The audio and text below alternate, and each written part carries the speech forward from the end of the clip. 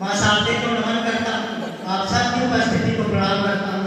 माँ शारदे के चरणों में पंक्तियाँ निवेदित करता हूँ, आपका आशीर्वाद है। ज्ञान की देवी शारदे माँ, है ज्ञान की देवी शारदे माँ, अंधकार मिटाने चली आई।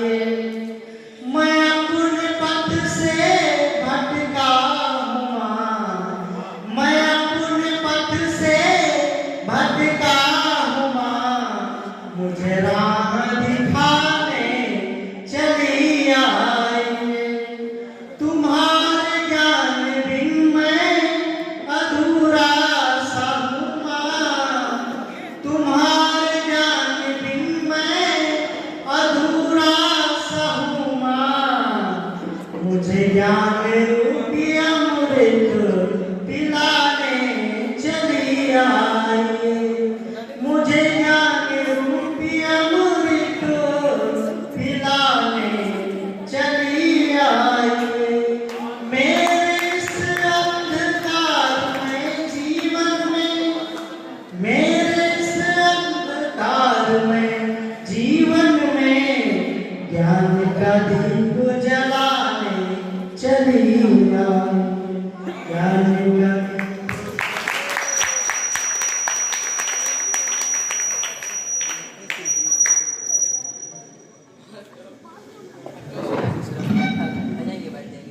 ज्ञान का दीपक जलाने चले आइए। बहुत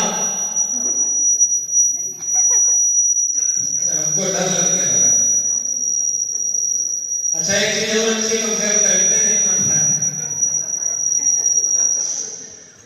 आइए।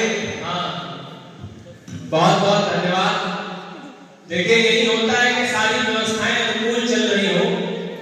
कई बार आपने देखा हो कि बहुत बड़ी बड़ी फैक्ट्री से तो आपका गहरा नाता है, मील परिसर, मील जाना फलाना, ये सब कुछ आपको मील वाले लोग हैं। एक कोई छोटी सी पूरी व्यवस्थाएं चल रही है, एक छोटी सी मशीन गड़बड़ हो जाए तो पूरे मील का काम रुक जाता है। ये इतना समृद्ध मंच देश के नामी गिरामी हस्ताक्षर मंच पर उपस्थित है और माइक ने थोड़ा सा व्यवधान पैदा किया, उसके बावजूद भी आप लोग धैर्य बनाए रखे रहे, उसके लिए आप सब बहुत प्रणम्य हैं। लेकिन मां पर जब कविता कर रहे थे भाई विकास, आप सब लोगों ने बहुत मन से सुना। भैया कहा है आराम से बतियाओ ना, चुप्पे बैठो। अभी ये गुरुजी थोड़ी देर आराम कर रहे हैं, कुंडी करो, कहां चक्कर पर सुबह गुरुजी मेरे गुरुजी का रूप दूसरा होगा, फिर आप इतनी बात चाहता नहीं दिखा पाएंगे। बिल्कुल ऐसे बैठो, ऐसे पहले नहीं हो, चुप्पे बैठो। तो कुल मिला के बात सिर्फ इतनी सी है कि आज के दौर में हम सब लोग दम भरते हैं महाराज जी कि हम मां के लिए बहुत श्रद्धावंत हैं, लेकिन उसकी वाणी वंदना के बाद मानता हूं कि सर्दी बहुत ज्यादा, लेकिन इतनी ज्यादा नहीं कि आप मां के लिए श्रद्धावंत न हो पाए।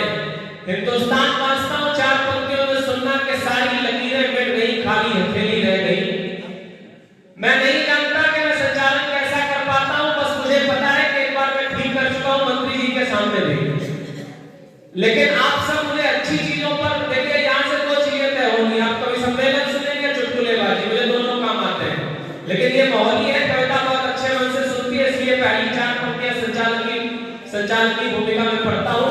हिंदुस्तान कैसा हुआ कि सारी लकीरें मिट गई, खाली हथेली रह गई, अश्क बरसाती हुई पूरी हवेली रह गई, और बच्चे तो गायब हो गए लेकर के बंटवारे का माल, के बच्चे तो गायब हो गए लेकर के बंटवारे का माल, चार पाई पर पड़ी बस मां अकेली रह गई।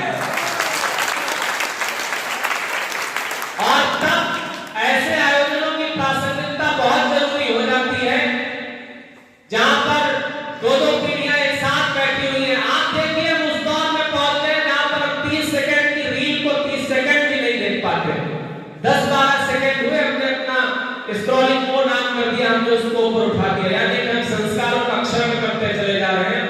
फिर हम अपनी संततियों से उम्मीद करते हैं कि ये हमारा सम्मान करेंगे। हमारे शेर पढ़ा जाता है कि मां ने जब से दूध पिलाना छोड़ दिया, मातृ शक्तियां यहाँ पर बैठी हुई हैं, उनका भी ध्यान चाहता हूँ, क्षमा इसलिए नहीं मांगूंगा क्योंकि सच्चाई पढ़ रहा हूँ। नेस्ट्रोजन पिलाओगे तो फिर बच्चा वैसे ही होगा कि मां ने माँ ने जब से दूध पिलाना छोड़ दिया, बच्चों ने भी फर्ज निभाना छोड़ दिया। कि माँ ने जब से दूध पिलाना छोड़ दिया, बच्चों ने भी फर्ज निभाना छोड़ दिया। आइए इन तमाम विषयों पर बातचीत करने के लिए देश के बहुत बड़े रचनाकार आज इस मंच पर हैं। मैं चाहता हूं कि इस कवि सम्मेलन को विधिवत प्रारंभ किया जाए। जब मैं सलमान को बुला रहा था तो मैंने अम्बा जी की 4 पंक्तियां पढ़ी थी और फिर उन्हीं की 4 पंक्तियां पढ़ता हूं। अगर ये बात पूरे हिंदुस्तान में पहुंच जाए तो ये जो धर्म, जाति और संप्रदाय की खाइयां दिन ब दिन गहरी होती जा रही है, शायद कब हो जाए। आपकी तालियां उठे अपने सीतापुर से भाई सलमान के लिए। वो कहते हैं कि मैं तुम्हें अपने उसूलों की कसम देता हूं कि मैं, अगर आप याद करें 1947 से पहले का इतिहास या सीमा पर खड़े हुए आज के वीर, तो आप पाएंगे कि वहां पर जब तोपों के दहानों के सामने कोई सीना जाता है तो ना वो हिंदुस्तानी, ना वो हिंदू होता है, ना मुसलमान होता है, वो सिर्फ हिंदुस्तानी होता है। तब 4 पंक्तियां पढ़ता हूं और आप आज के पहले कवि को आमंत्रित करिए।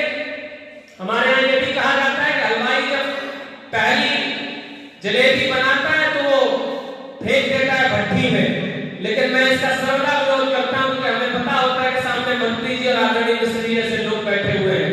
मैं ये कहता हूं कि ये वो पोनी का पहला सिक्का है जिसको बनिया अपने माथे पर लगाता है गुल्लक में लगाने के बाद। इसलिए इसे मन से सुनिएगा कि मैं तुम्हें अपने उसूलों की कसम देता हूं, मुझको मजहब